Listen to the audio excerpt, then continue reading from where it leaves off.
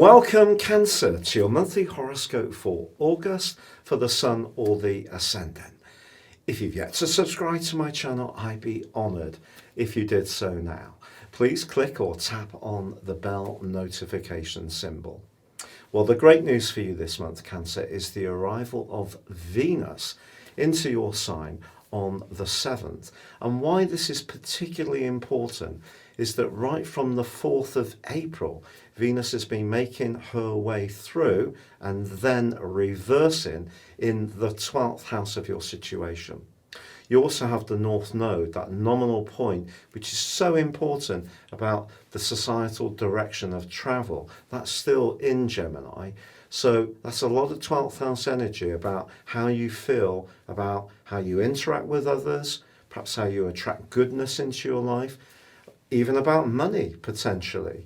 And it's possible that there's been quite a lot of soul searching around the whole concept of relationships for you in that period of time. It may have seen you get in touch with someone you hadn't seen or heard from for some while. It may have seen a relationship come to a close.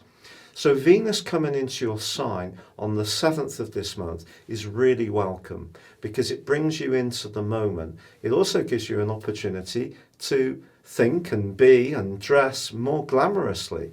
Now, maybe that's not so much been in vogue with lockdown, but hopefully as more and more places do free up the restrictions, we can move into that new normal.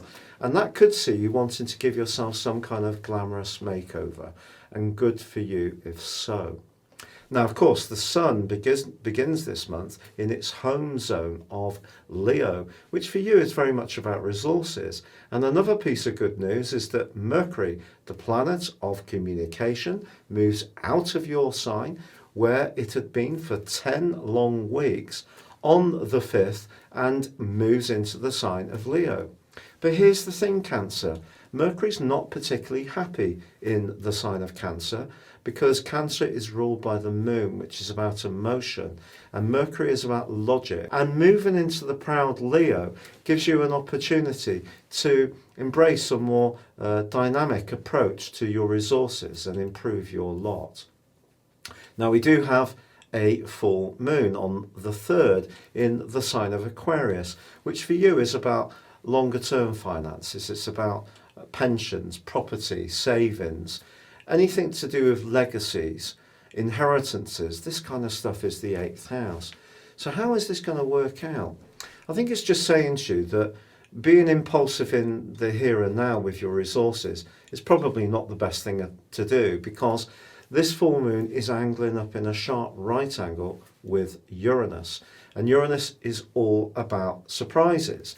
Now, Uranus is in a part of your scope that's to do with friendships and future directions.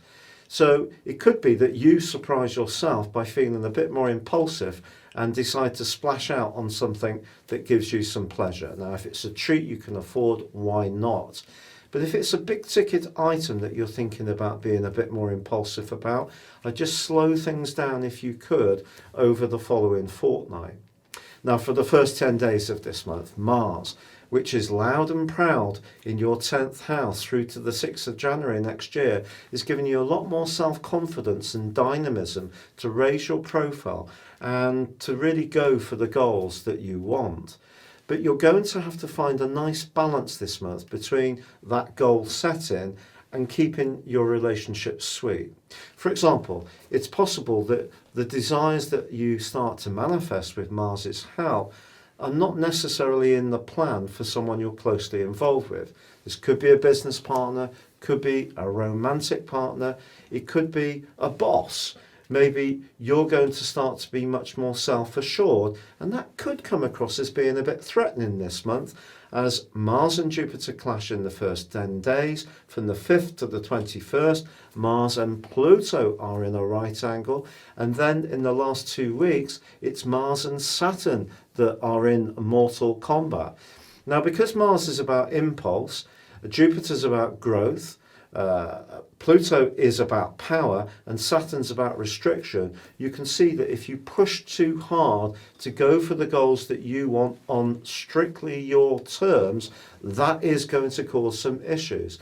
So it's going to be important to understand the politics that are threaded through any big decisions that you make. If you do have a clear understanding of those, then all's good, because from the 11th through to the 21st, and including the new moon of the 19th, Mars and the Sun are cooperating brilliantly. And this means that you could be very self-assured and dynamic and do better financially if you go about it in the right way. Pluto is very much to do with using our power wisely. Saturn can be about structures in a positive sense, and Jupiter can be about growth. And they're all in your 7th house of relating. So as they relate to the power of Mars in a more dominant and prominent position, it's actually domiciled in its home zone of Aries. By pushing too hard, you could actually arouse a lot of opposition. Now, from the 15th, Uranus goes into a retrograde.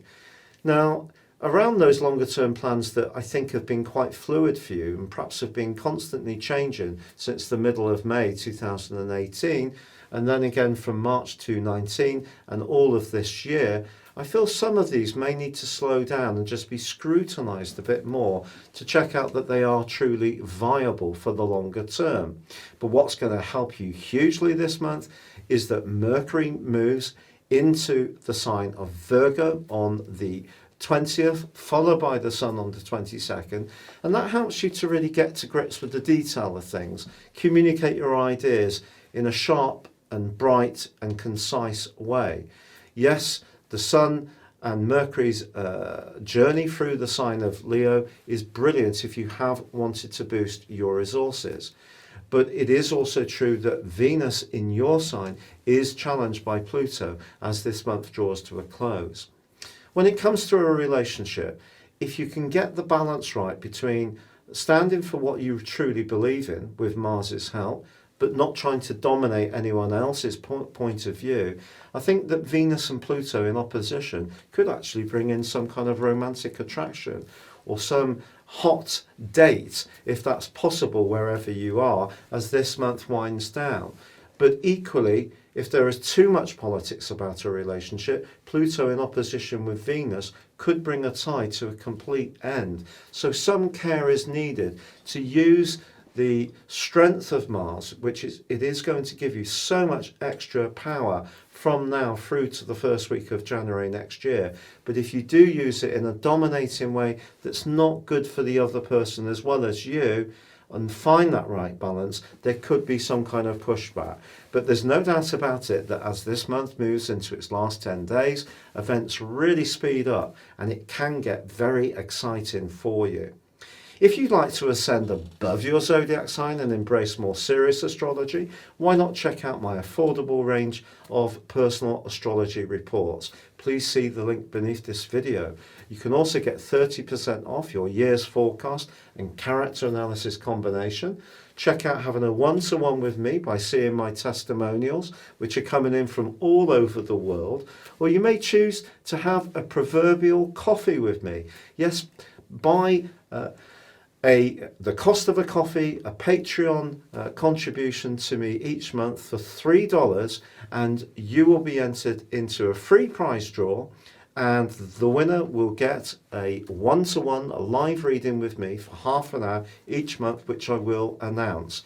But we do produce a lot of free content, and the perception may be that through YouTube and other sources that the money's just rolling in. But we do work incredibly hard, and the more people that support us, and we're very grateful for the patrons we have, the easier it gets for us to stay really motivated. So your support will be greatly appreciated. But for now, take care, stay safe, and good luck.